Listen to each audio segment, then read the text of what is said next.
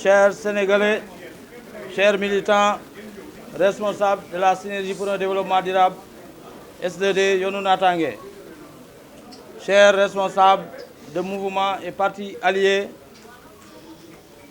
chers membres de la coalition Benno Bokk Yakaar, mesdames et messieurs, membres de la presse, recevez avant tout mes salutations. Comme nous avons l'habitude de le faire en tant que parti allié, la coalition, membre de la coalition Benno Bokk Yakaar et moi-même en tant que leader politique, j'ai tenu à faire ce point de presse pour revenir sur certaines actualités et donner notre position sur certains sujets d'ordre social, politique et économique. Tout d'abord, nous félicitons les Lions de l'équipe U20 qui ont remporté la Coupe d'Afrique des Nations. Une première pour notre pays, pour la catégorie des U20. Faisant du Sénégal un quadruple champion d'Afrique.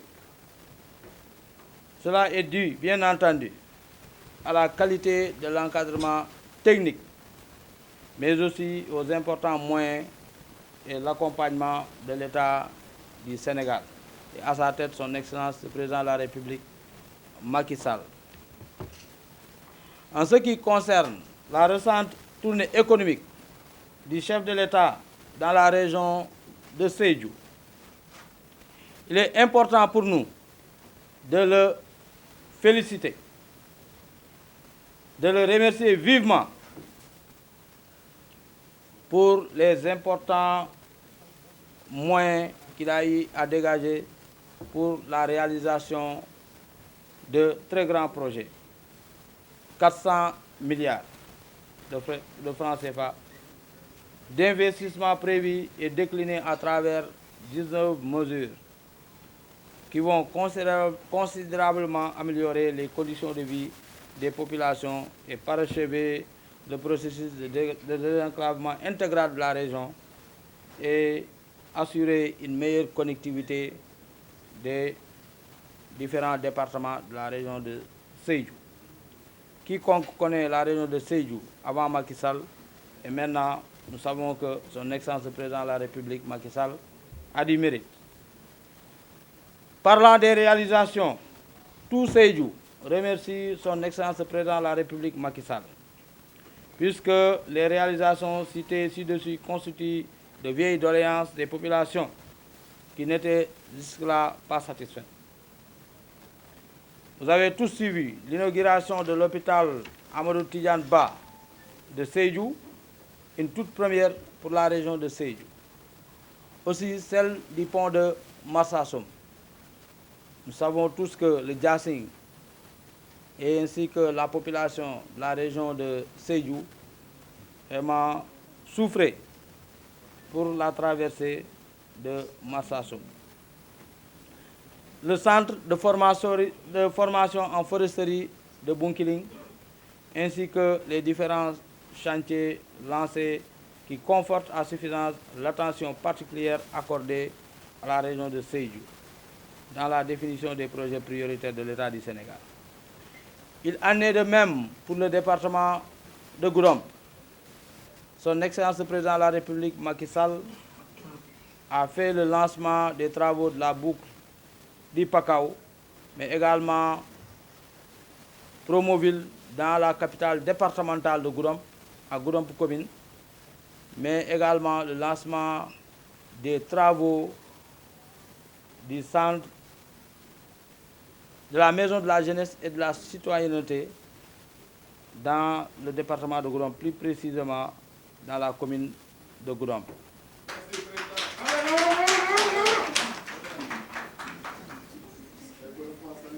C'est l'occasion de remercier vivement la population de la région de Sédhiou qui a réservé un accueil chaleureux à son Excellence le Président de la République, Macky Sall. La S2D, c'est l'occasion de vous remercier vivement.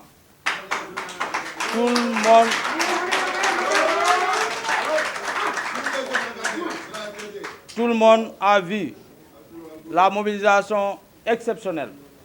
Pratiquement plus de 20 000 personnes dans la région de Sédhiou, à l'accueil populaire que nous avons réservé à son Excellence le Président de la République Macky Sall. Et 2 jours après, dans le département de Goudomp, son Excellence le Président de la République a été accueilli royalement. C'est l'occasion également de féliciter les responsables de la région de Sédhiou, les responsables du département de Goudomp, les responsables du département de Bunkiling et les responsables du département de Sédhiou. Le chef de l'État mérite mieux que ça. Le chef de l'État n'est pas là pour vendre du vent à la population de la Casamance. Tout le monde a vu ce qu'il est en train de faire et nous serons là pour l'accompagner à la réalisation de ces projets d'envergure.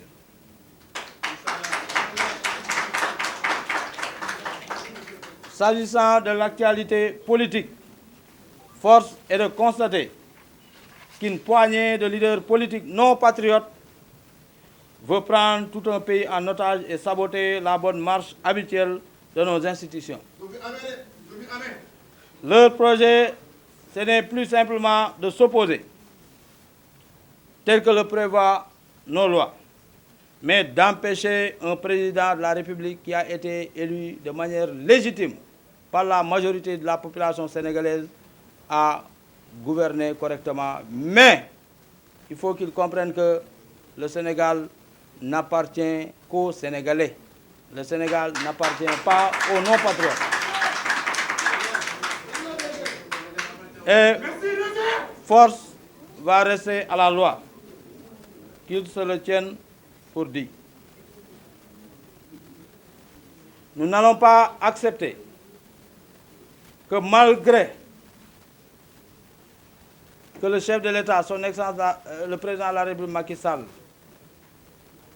accorde une importance particulière à l'opposition sénégalaise. Tout le monde a vu que M. Ousmane Sonko, à Kermassar, il a même menacé le chef de l'État. Si c'était dans un pays normal, ce gars-là, ce jour-là, il devrait même être arrêté et il devrait même être mis en prison. Et je demande à l'État du Sénégal de prendre ses responsabilités. On ne peut pas accepter que M. Ousmane Sonko prenne ce pays-là en otage. Personne ne va accepter ça. Ce pays ne lui appartient pas. Il faut qu'il le comprenne.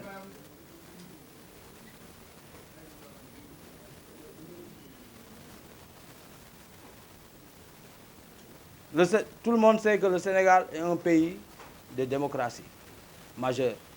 Les opposants s'opposent depuis Senghor, en passant par Abdou Diouf, par Abdoulaye Wade.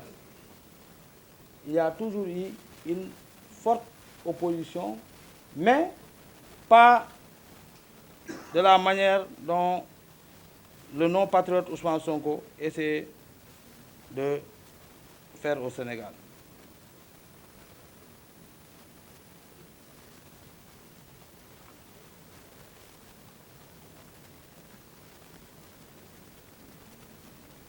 Nous n'allons pas accepter que de faux messies et de faux prophètes, pendant qu'ils demandent aux enfants des autres d'occuper la rue, lui, il envoie ses enfants dans les meilleures écoles. Je pense que c'est la population même qui va refuser cela.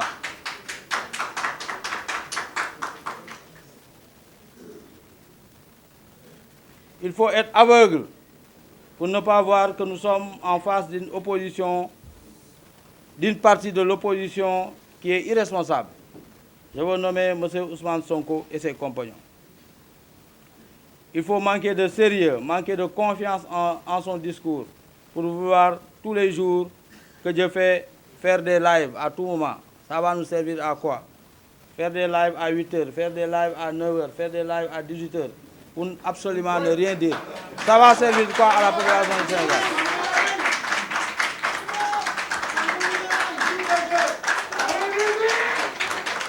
S'il n'a pas...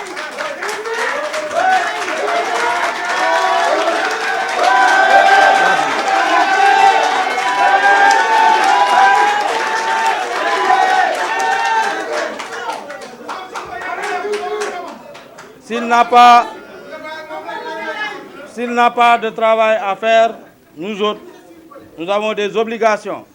Et les Sénégalais également en ont, et il n'a qu'à laisser les gens vaquer correctement à leurs occupations. Par conséquent, nous alertons toute l'opinion que l'État et l'ensemble des citoyens consciencieux ne céderont pas aux caprices d'un opposant en manque d'inspiration et de crédibilité, qui passe ses heures perdues à calomnier sans preuve, à déformer les faits et à propager des discours de haine, de désespoir, pendant que tous les indicateurs économiques pointent une évolution positive et un recul de la pauvreté malgré une hausse de la démographie. La marche voulue par M. Ousmane Sonko, les 14, 15 et 16, ne passera pas.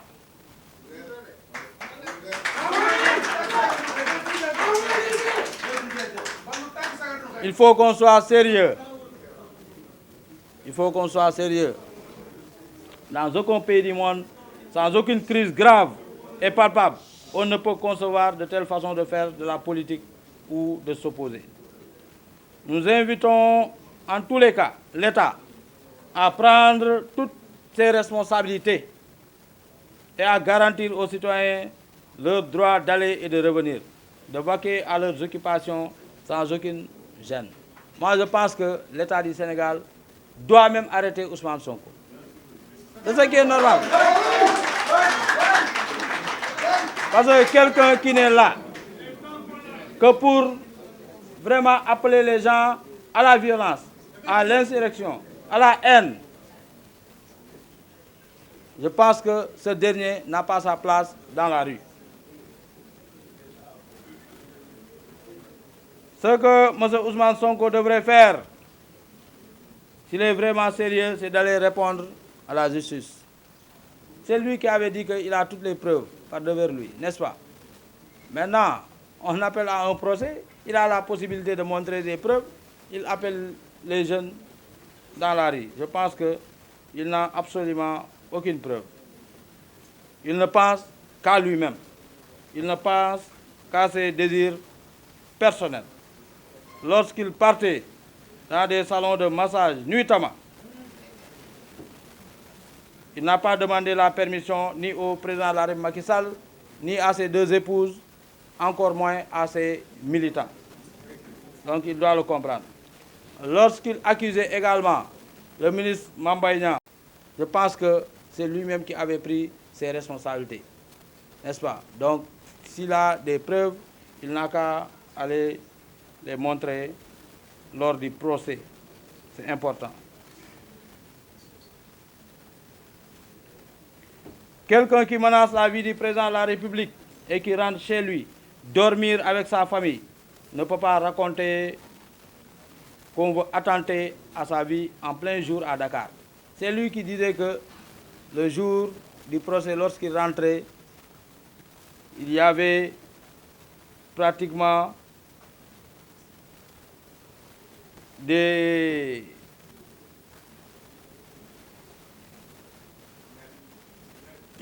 nervis qui voulaient l'attaquer, alors que c'est tout à fait faux. Il n'est là que pour raconter des contre-vérités. Nous appelons également à la société civile, une partie de la société civile, notamment M. Alioune Tine. M. Alioune Tine, moi je pense qu'il devrait même acheter la carte de membre de PASTEF. Tout le monde a vu ce qu'il est en train de faire. On ne peut pas être de la société civile et être un partisan d'un mouvement politique ou bien d'un parti politique. Il n'a qu'à acheter la carte de membre de PASTEF et aller militer au PASTEF. Je pense que c'est mieux pour lui. M. Alioune Tine qui est de la société civile, mais je pense que c'est un politicien encagoulé du manteau de la société civile. Et il va nous retrouver dans le champ politique. Comme il est devenu un politicien, nous ferons face. On ne peut pas ne pas condamner des propos aussi graves que des menaces à l'intégrité physique de son Excellence le Président de la République, Macky Sall, un président légitimement élu, et accentuer toutes sortes de dérives issues de l'opposition irresponsable et vouloir être crédible. Ça, c'est impossible. Au moment où il faut dire stop, ceux qui appellent à la guerre civile, c'est Alioune Tine. Il dit que non, le pays peut aller directement vers une guerre. Quelle guerre civile? Je pense que c'est une société civile irresponsable. Et nous ferons face.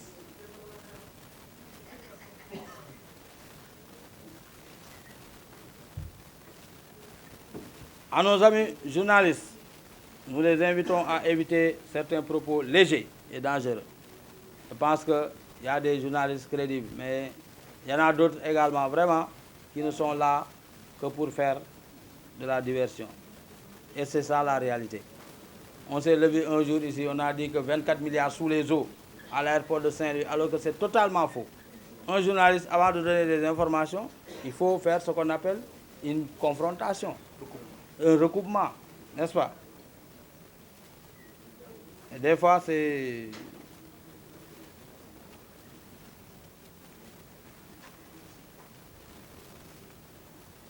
Maintenant, il n'est pas interdit qu'un journaliste soit politicien.